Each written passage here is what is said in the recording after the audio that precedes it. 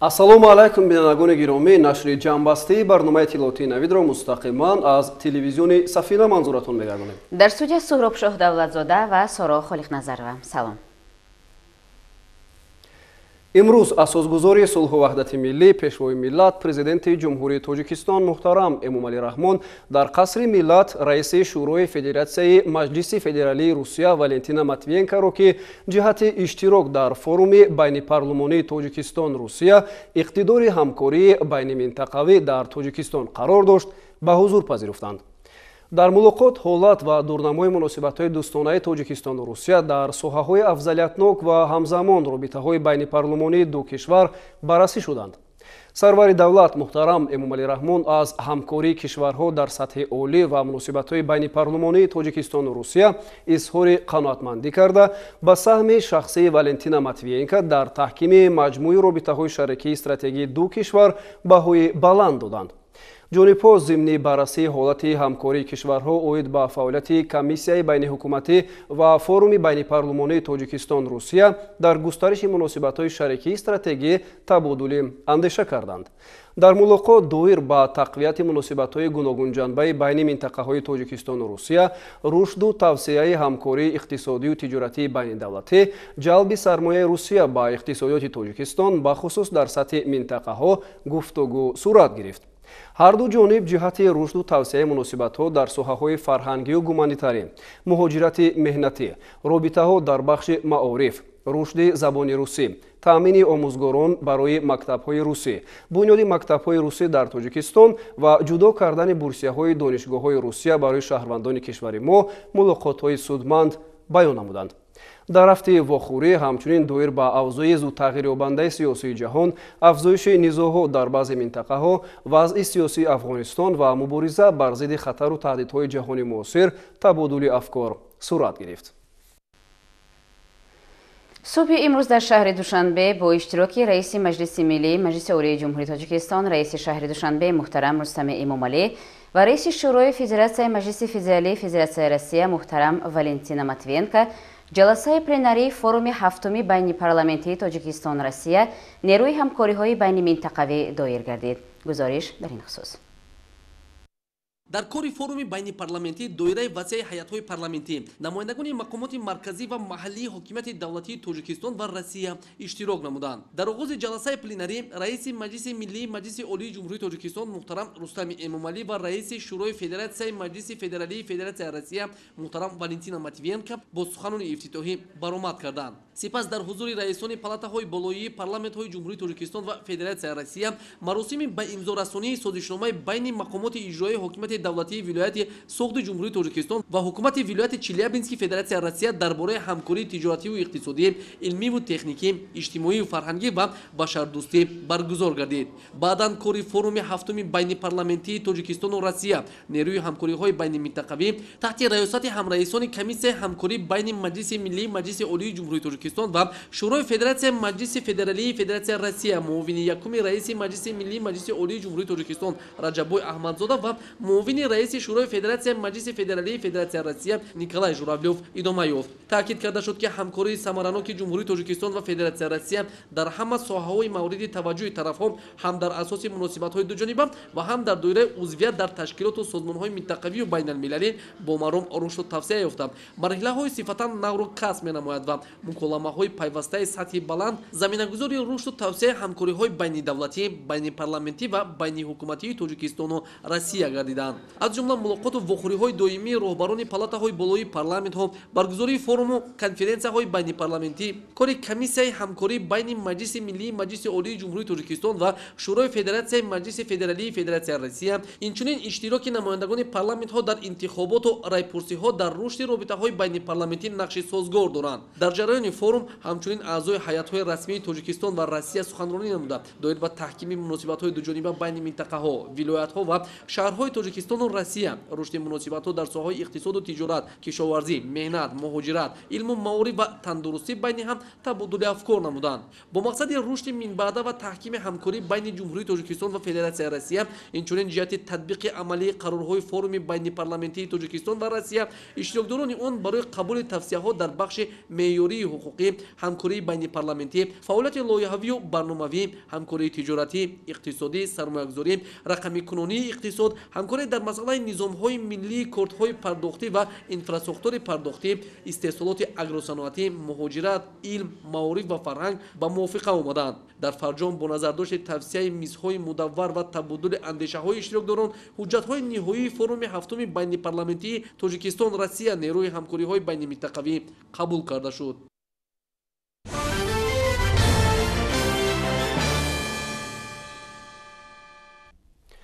имрӯз раиси маҷлиси миллӣ, маҷлиси олии ҷумҳурии Тоҷикистон, раиси шаҳри Душанбе муҳтарам Рустами Эмомалӣ ва раиси шӯрои Федератсияи маҷлиси федералии Федератсияи Россия муҳтарам Валентина Матвиенко, ки бо сафари расмӣ дар Тоҷикистон қарор доштанд, дар хиёбони Исмоили Сомонии шаҳри Душанбе бо ҷараёни корҳои сохтмонӣ дар муассисаи таҳсилоти миёнаи умумӣ барои 1224 хонанда шинос шуданд.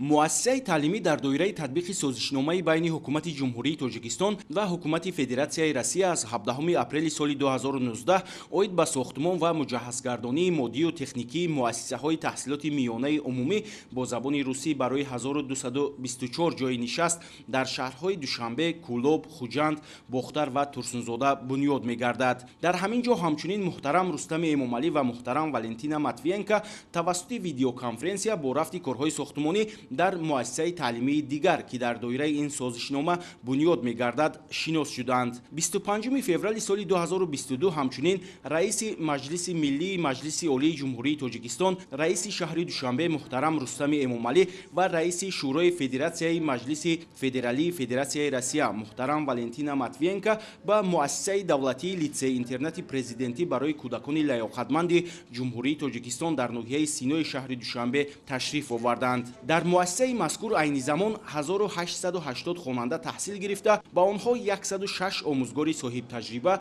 таълиму тарбия медиҳанд. аз ҷумла дар доираи лоиҳаи башардӯстонаи омӯзгори расиягӣ дар хориҷа, дар литсеи интернат 5 омӯзгори расиягӣ ба хонандагон дарс меомӯзанд. зимни боздид аз литсеи интернати президентӣ барои кӯдакони лаёқатманди ҷумҳурии Тоҷикистон муҳтарам Рустами Эмомалӣ ва муҳтарам Валентина Матвиенко бо ҷараёни машғулиятҳо дар синфхонаҳои фаннӣ, инчунин шароиту имкониятҳои таълимию илмомӯзӣ шинос шуда, бо як қатор омӯзгорони Федератсияи Россия, ки дар доираи лоиҳаи башардӯстонаи омӯзгори расиягӣ дар хориҷа дар муассисаҳои таълимии шаҳри Душанбе ва шаҳру ноҳияҳои атрофи он фаъолият менамоянд, суҳбат анҷом доданд. нимаи дуюми рӯзи 25 феврали соли 2022 раиси шӯрои Федератсияи маҷлиси федералии Федератсияи Россия Валентина Матвиенко дар доираи сафари расмӣ ба ҷумҳурии Тоҷикистон бо нишони эҳтиром ба арзишҳои волои миллӣ, таърих ва фарҳангу тамаддуни миллати тоҷик дар пояи муҷассамаи шоҳ Исмоили Сомонӣ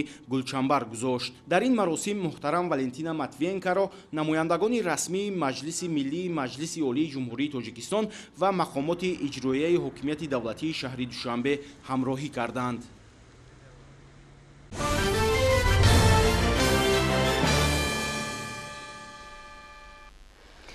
имрӯз раиси маҷлиси намояндагони маҷлиси олии ҷумҳурии Тоҷикистон Маҳмад Тоир Зокирзода бо раиси шӯрои Федератсияи маҷлиси федералии Федератсияи Россия Валентина Матвиенко мулоқот намуд.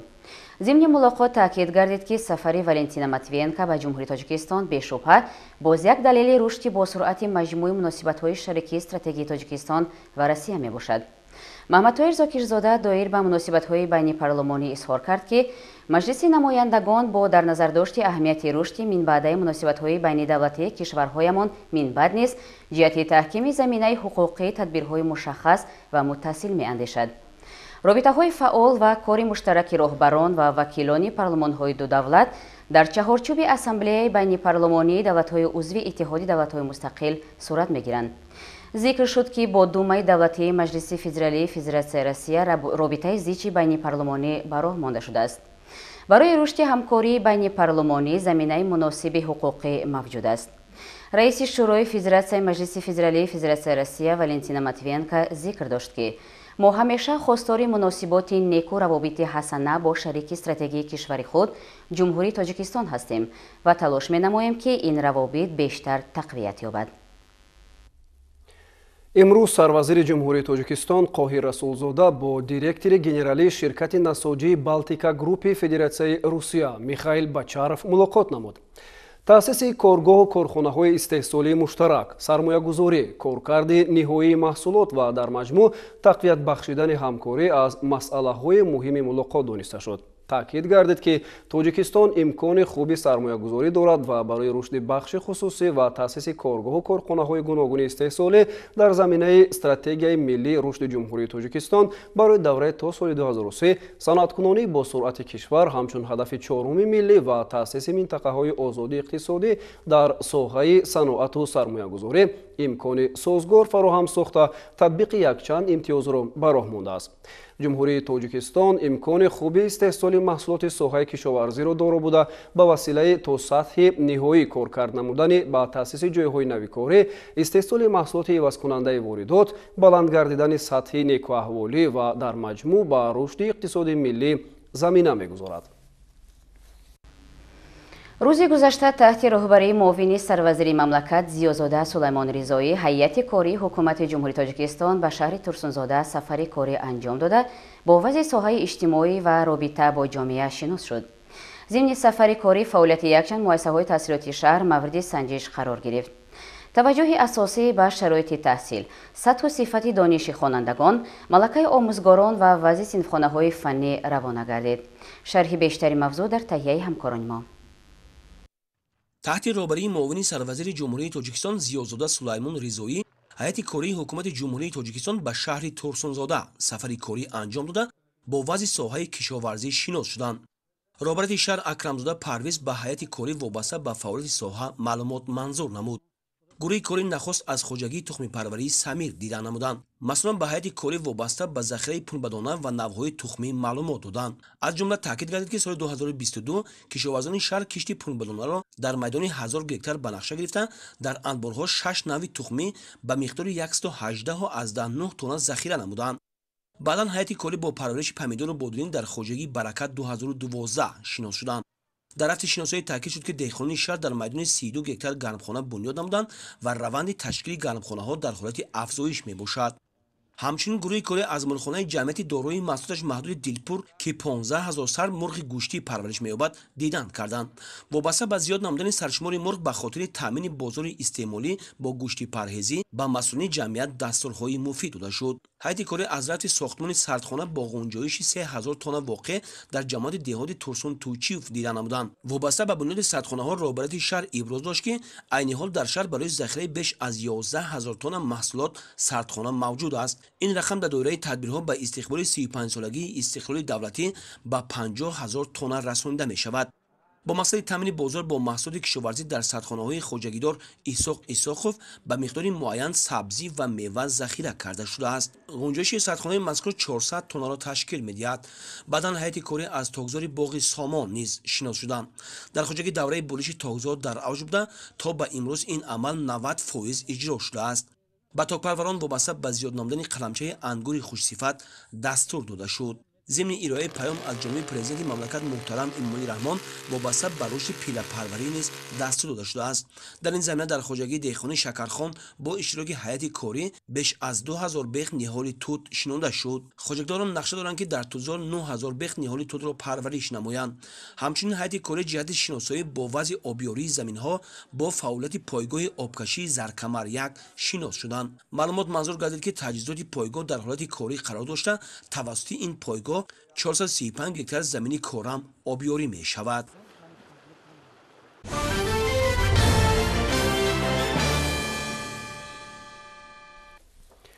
در اساس دستور اساسگذاری صلح و وحدت ملی پیشوای ملت پرزیدنت جمهوری تاجیکستان محترم امومالی رحمان در مؤسسه دولتی آثارخانه ملی تاجیکستان نمایش تاجیکستان کشور دریاهای طلایی افتتاح گردید.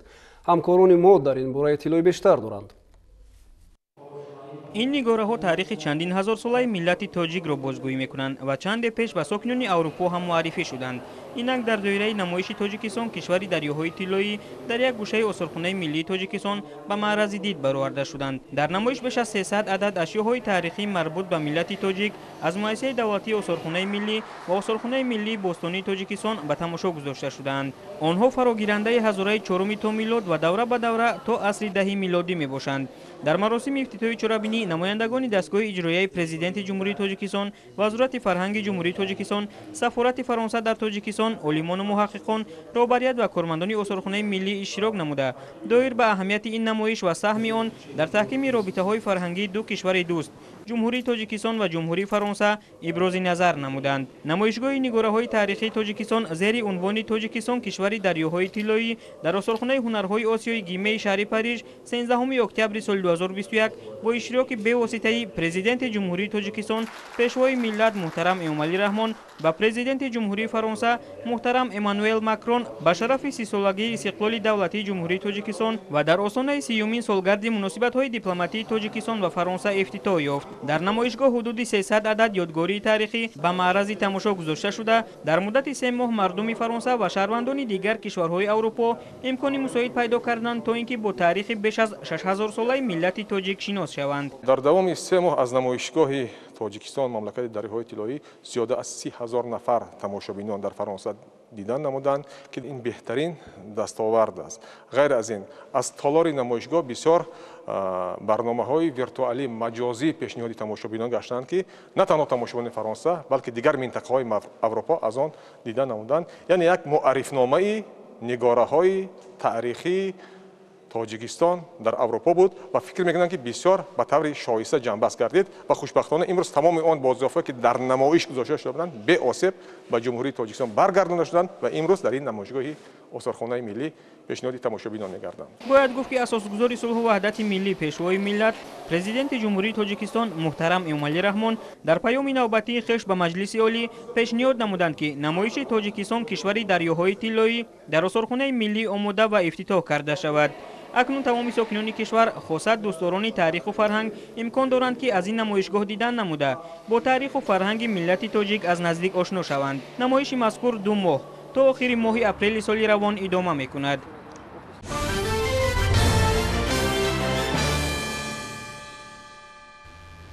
رهبریت حکومت جمهوری تاجیکستان سیاست بنیادکاری را پیش گرفته در این سمت به موفقیت‌های عظیم نائل گردید.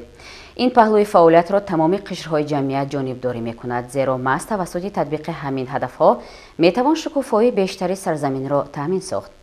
در شهر کولوب نیز چون در دیگر منطقه‌ها کارهای آبادانی و سازندگی وسعت تازه کسب نموده، در همه سمت‌ها ساختمان و آبادکاری ادامه دارد. از رفت ساختمانی راه‌ها، نصب چراغک‌ها، بنیاد انشاءات مدنی و معموری در شهر و دهات کولوب هم کارکنان گزارش می‌دهند. با مقصد استقبال سزاوار از 35 سالگی استقلالیت دولتی جمهوری تاجیکستان، مقامات اجرایی حکومت دولتی شهر کولوب نقشه چاره‌بینی تهیه نموده در همه سمت‌های خواجگی خلق کارهای آبادانی و بنیادکاری و سازندگی را آغاز نمودند. عین زمان با فرمایش اداره ساختمان اساسی شهر کولوب، جمعیت دارای مسئولیتش محدود پرگار، تعمیر دروازه شهر و قبولگاه مهمانان را ادامه داده ایستاده است. در این مسیر کارهای اساسی به انجام رسیده، کارهای نهالچینانی و سبزگردانی ادامه دارد. ساختمانچیان دروازه را با طور معاصر و با استفاده از مسائل خوشصفت ساختمانی تعمیر نموده، روشنیگردانی و سفالکچینی راهرو و اطراف آن را انجام خواهند داد. با نظر داشت مشکل گردیدن حرکت نقلیات و پیاده‌گردان در حدود شهر، مقامات اجرایی حکومت دولتی نصب چراغک‌ها را در 4 راهه، 3 راهه و چند نقطه سراحوالی شهر به نقشه گرفت. حالا کارمندان کارخانه دولتی فرعی تعمیر و استفاده برای شبکه‌های برق شهر نصب چراغک‌ها را شروع نمودند. عین زمان در 2 نقطه شهر کولوب کارخانه دولتی فرعی تعمیر استفاده شبکه برق شهر در 2 نقطه وصل نصب چراغک‌ها را انجام دادند. آینده اقدام نقشه داریم در 6 نقطه دیگر وصل نصب آن را دوام دهیم. واقعا هم دوام سالهای آخر با بهتر گردیدن سطح زندگی مردم، واسطه‌های نقلیات شخصی خیلی زیاد شده است. از این روز ساکنان شهر و رانندگان واسطه‌های نقلیات از مشکلات حرف میزنند و نصب چراغک‌ها را سریع وقتی و به کم گردیدن صدمه‌ها ربط میدهند. یک چند سال شد که برای مسافرکشانی مشغولم. باید همه پیشروی‌های همه شهر کولوب گفتنیم که نه رحمت به حکومت شهر کولوب که چند جای همی شهر ده چراغک‌ها را چسباندن، خیلی با همی رونندو آسانی آوردن. همین چراغک‌ها نبود، تنبشوی بود، صدمه بود، مشکلی بود. باز اینا چند جا در نگاه کستیم پیشروی رحمت میگیم نکی بالای همی ده با همی پیاده‌گردی همی شهر کلوب یک با همی تشبوسی همی حکومت شهر نظر میکن مقصد با همی رای مخصوصی همی خیچون میگذاشتن با جان خیچون خطر نمی آوردن مقصد هم شوفیورو ده مشکلی نمیشید.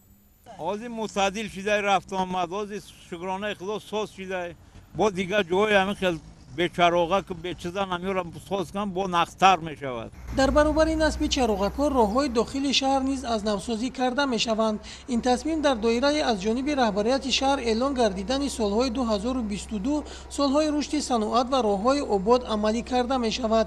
برای برطرف نمودن تنبشوی نقلیات در خیابان اسماعیل سامانی رهبریت شهر تصمیم گرفته است که با جلب شرکت‌های ساختمانی محلی راه محله چرمگران پایان را از نوسازی نماید.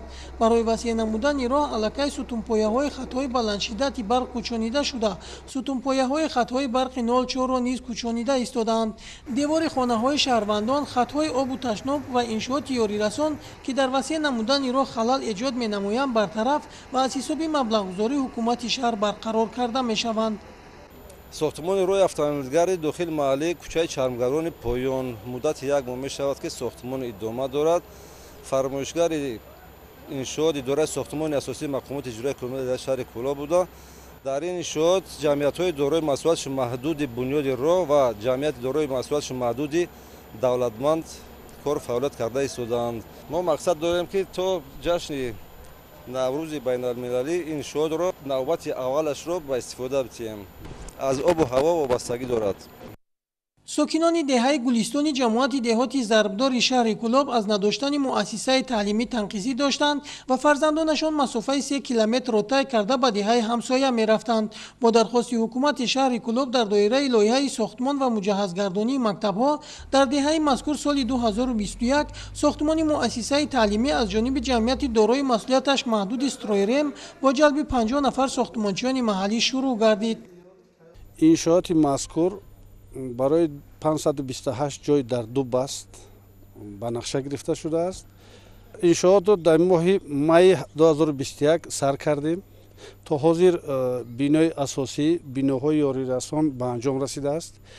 در عین زمان کارهای آبادانی و سبزگردانی ادامه دارد. در بینای اساسی انشاءات کارهای ساختمانی به انجام رسیده رنگ و بارکنی فرش‌ها ادامه دارد. در ساختمان بیشتر از مصالح ساختمانی خوش‌صفت وطنی استفاده نمودند. انشاءات یاری رسان از جمله انبار و شبکه گرم‌دهی نیز آماده بوده از سنجش گذرانیده شدند. بعد به استفاده سپاریدن مؤسسه مذکور مشکلات ساکنان باز یک دهه دیگر حل خویش را پیدا می‌نماید. شیرین جان سفرزاده سیف‌الدین اسماعیلوف از شهر کولا برای برنامه نوید.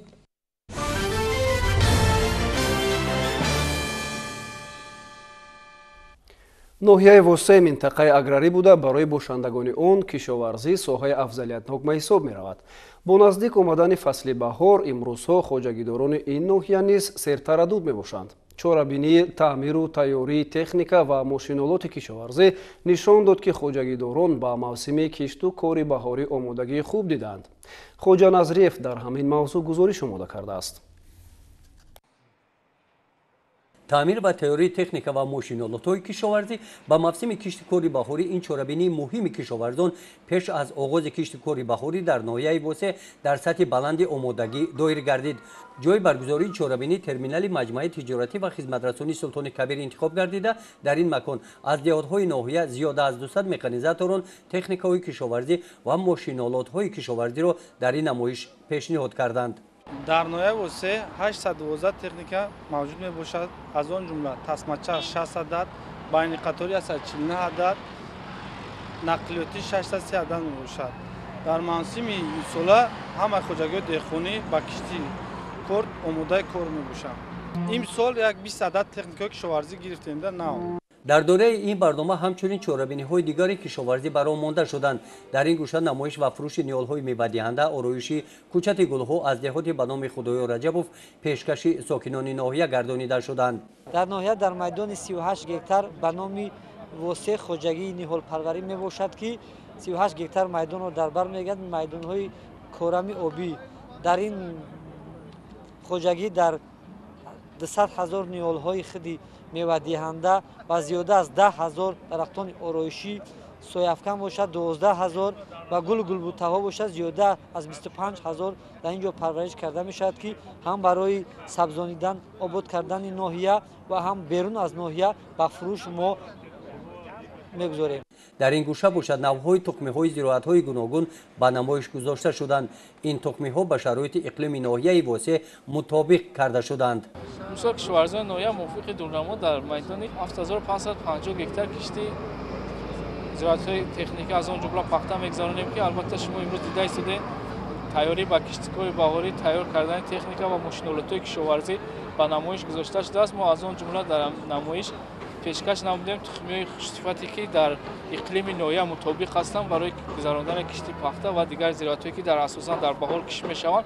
امسال کشاورزان ناحیه نیت دارند که از نوع‌های چگیتی تخمی نوع فلش، خرزم و از جمهوری ازبکستان تخمی خوشصفت ما وارد کردگی هستیم. البته از آنها کشت نماییم و در وسیله خوبی دلخواه به دست بیاریم. سپس نمایندگان ریاست کشاورزی منطقه کلوب در یک جایگاه با نمایندگان مقامات اجرایی حکومت دولتی ناحیه واسه از حالت تعمیر و تیاری تکنیک و ماشین‌آلات‌های کشاورزی دیده نموده. اوید کارهای آمادگی به کشت و کار بهاری با مکانیزاتوران هم صحبت شده. در این سمت به آنها مصلحت‌های مفید دادند.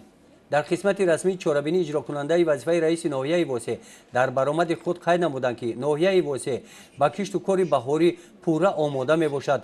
کشاورزان ناحیه مقصد دارند که دورنمای استحصالی را با سری بلند تامین نموده در تامین برنامه آذوقه‌واری مملکت سهم ارزنده خود را می‌گذارند. سپس در محیط ایدانه اعضای مقامات اجرایی حکومت دولتی ناحیه واسه با سردار مجمع تجارتی و خدمترسانی سلطان کبیر در ناحیه واسه برای سهم مناسب گذاشتن در تربیت جوانان همچنین برابران خوجگی‌های دهقانی کارمندان جماعت‌های دهات مکانیزاتوران افتخارنامه و سپاسنامه‌ها تقدیم نمودند.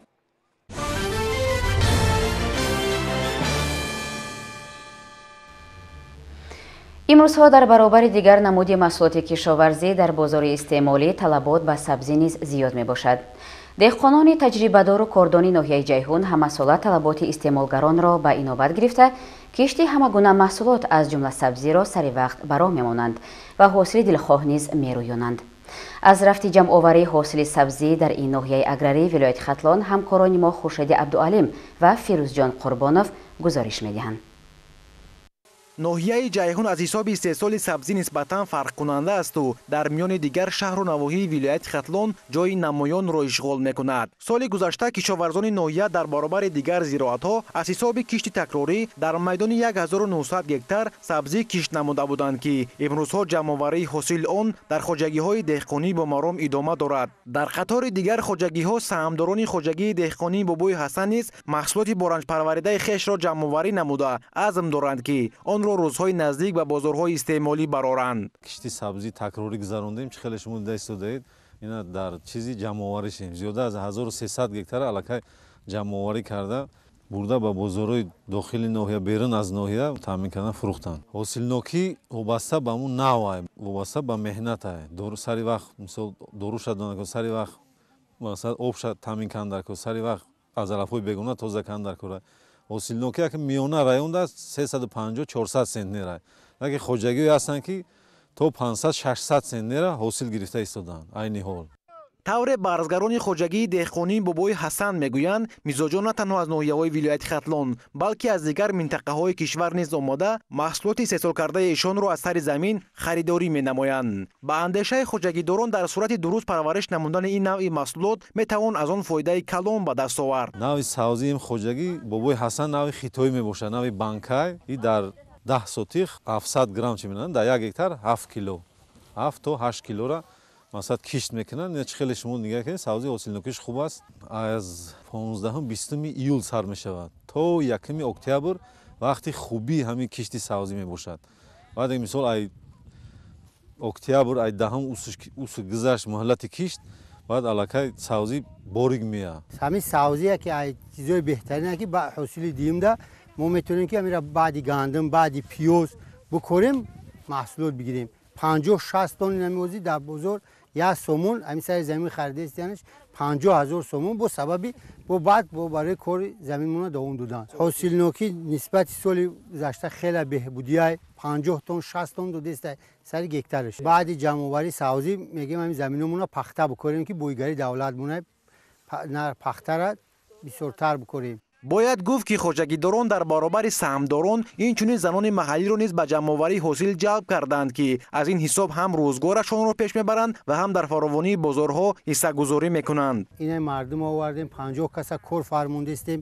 рӯзи корӣ ҳар як қопчаи савзимон 4 сомон абед чор медем як сабаби рӯзгори зиндагишон мешавад. мо инҷа кор карда меҳнат карда барои ризқу рӯзии фарзандо اینجا کار می‌نوینه میچینن مردم اینا امرهدار باشن میچینن 50 خوبچه 60 خوبچه از اول می کار 20 خوبچه نچیندگی خوبچه ها اینجا برای خریدارا اینا پیورن همه زنای خونشین اینجا میان کار می‌نن رزق روزیشون اینجا میوان میرون در روز 50 60 تومان آدم توقع باشه 80 100 تومان کار می‌نن آدم یکی نه 3 کس 4 کس کار می‌نن 300 تومان سبزی خشرو همین جای رفتن سبزی می کتا کتا خشرو هر بگه با میتن 5 کیلویی 6 کیلویی سبزی میتن میبرن هر آدم میچیندگر میبره به خونش.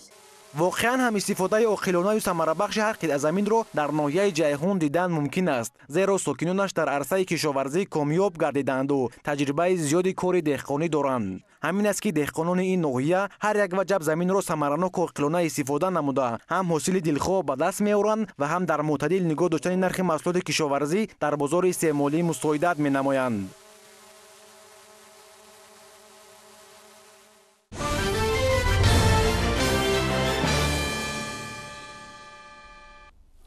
дар ноҳияи тоҷикобод бо ташаббуси бахши корбозанон ва оила бо иштироки фаъоли бонувони маҳаллӣ чорабинӣ доир гардед. меҳвари ин ҳамоишро арҷгузорӣ ба фарҳанги миллӣ ва маҳкум намудани омилҳои бегунапарастӣ ташкил дод. масъулон мақсад аз доир сохтани ин гуна тадбирҳоро ба таҳкими эҳсоси худшиносиву худогоҳӣ ва ватандӯстии аҳли ҷамъият рабт доданд. ҷузъиёти бештар дар матлаби навбатии барнома. با ابتکار بخش کاربازانان و اولیای مقامات اجرایی حکومت دولتی ناحیه توجیک‌آباد در طول شعبه فرهنگ ناحیه چاره‌بینی فرهنگی و ترغیباتی تحت عنوان نسبت فرهنگ بیگانه نقش زنان در پیشگیری عملهای تروریسم دایر گردید. در چاره‌بینی اوید پیشگیری پدیده‌های نامطلوب جامعه امروزه گرویدن جوانان با فرهنگ و رسم و تعامل بیگانه و ترغیب عنعنه‌های نیک ملی سخنرانی نمودند. در چاره‌بینی مذکور خوانندگان مؤسسه‌های تعلیمی با برنامه ادبی هنر و استعداد خود را پیشنهاد نمودند. خوانندگان با نمایش سر و لباس ملی تاجیکی طبق رسم و آیین قدیمی امروزه برآمد نمودند. در صحنه‌های آماده نموده خوانندگان افضلیت حیات سازنده سالم در مقابل افراطگرایی، بیگانه پرستی، شامل شوی جوانان به حزب و حرکت‌های ارتجاعی و عاقبت‌های خطرناک آن ترغیب کرده شد. و ذکر کرد که امروزها شخصان حزب و حرکت‌ها و سازمان‌های هستند که کوشش می‌نمایند مقصد و مرام، غایه و اندیشه، افکار و نقشه‌های خود را با هر راه و وسیله و حتی با عمل‌های تندروانه عملی سازند. از این رو ما را ضرور است که بهر بیدار نمودن حس بلند ملی جوانان، صداقت جوانان به وطن، تمام کوشش و غیرت خود را نمونه نماییم تا اینکه یگان فرد علل خصوص جوانان به دام تشکیلات‌های اکستریمیستی نافتند. با نمایش صحنه‌های جذاب کوشش کرده شد که در دل نورسان جوانان شوق و رغبت به کسب و هنرآموزی از خود نمودن دانش‌های زمانوی بیدار کرده شود. در چاره‌بینی قید گردید که والدین باید فرزندان خود را در روحیه خودشناسی و خودآگاهی تربیت نموده در علم و معرفت را برایشان باز نمایند تا که پیروی هر گونه حزب و حرکت‌های ارتجاعی نگردند. امروز در زمان جهانی شوی یکی از مسئله‌هایی که دولت ملیمان را به تشویش آورده است این حفظ فرهنگ و ارزش‌های ملی سنتی میباشد.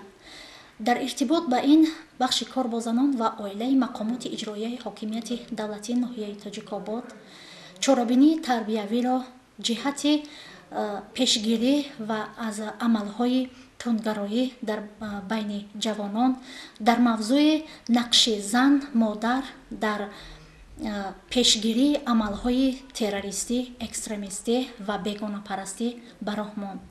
ҳадаф аз баргузории чорабиниҳои мазкур ин пеш аз ҳама тарбия намудани ҷавонон дар рӯҳияи хештаншиносиву худогоҳӣ ва дуруст ба роҳ мондани корҳои тарғиботиву ташвиқотӣ дар байни аҳолӣ, хусусан занону духтарон, ҷиҳати аз байн бурдани бегонапарастӣ дар байни занон ва талқин намудани онҳо ба арзишҳои миллии суннатии миллати тоҷикамон мебошад.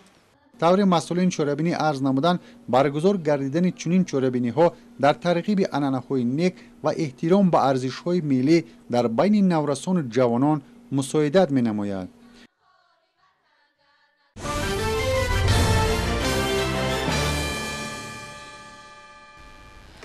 дар театри давлатии ҷавонони тоҷикистон ба муносибати фаъолияти эҷодии ҳунарпешаи шоистаи тоҷикистон Сабзагул Қурбонова маҳфили адабӣ доир гардид. ин ҳамоиш ки бо ширкати ходимони театрӣ ва намояндагони доираҳои адабӣ баргузор шуд, як нав натиҷагирӣ аз фаъолияти босамари ин ҳунарманди машҳури тоҷик буд. хабарнигорони мо дар ҳамин хусус шарҳи бештар доранд. Сабзагул Қурбонова аз зумраи ҳунармандонест ки ҳаёти худро сарфи саҳнаву театр ва тарбияи насли нави ин соҳаи муҳим кардааст. Аҳли ҳунари театри давлатии ҷавонони Тоҷикистон бо ташкили як ҳамоиши бадеӣ аз фаъолияти эҷодии ин ҳунарманди маҳбуб қисса намуданд. Ба иддаои ҳолдонҳо фаъолияти эҷодии ин бонуи ҳунар маҳз барои рушди театру кинои тоҷик равона гардидааст. Набардҳои зиндагӣ ва каму беши он Сабзагулро гарчанде дилсард карда буд, аммо ӯ кӯшиш намуд ки аз роҳаш нагардаду ҳунари худро сайқал диҳад. Сабзагул Қурбонова аз зумраи ҳунарпешагоне аст ки қариб ҳамсоли театри мост.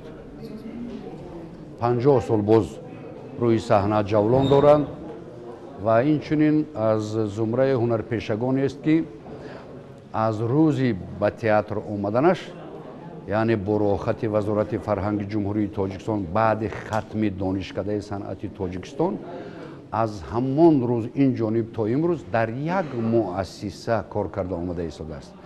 Дар як муассисаи касбии санъати Тоҷикистон, яъне дар театри давлатии ҷавонон. Чунин ҳунарпешҳо кам андар каманд. Ҷавонони имрӯза бемайлон ва бемалол аз ҳунари Сабзагул, аз гуфтаҳои ишон, аз рафтору кирдори ҳаррӯзааш сабақ мегиранд ва панд меомӯзанд ва кӯшиш мекунанд ки ба Сабзагул Қурбонова монанд бошанд. ситораи роҳнамо Сафар Махсум ба пешхолаҳо, торҳои муҳаббат ва амсоли ин саҳнаҳое мебошанд ки дар он Сабзагул Қурбонова дар нақшҳои асосӣ бозидааст ва дар дилу дидаи бинанда ҷойгузин гардидааст. Вобаста ба саҳми арзандаи Сабзагул Қурбонова дар рушди театр, ӯро яке аз шоҳсутунҳои театри тоҷик номиданд. Нотиқон хизматҳои мавсуфро дар тарбияи насли наврас назаррас ва боиси таҳсин хонда иброз доштанд ки имрӯз дастпарварони ин бонуи ҳунар дар театрҳои мамлакат ҳамчун ҳунарманд фаъолият доранд ки аз актёрони ҳирфавии соҳаи театр ва кино ба ҳисоб мераванд.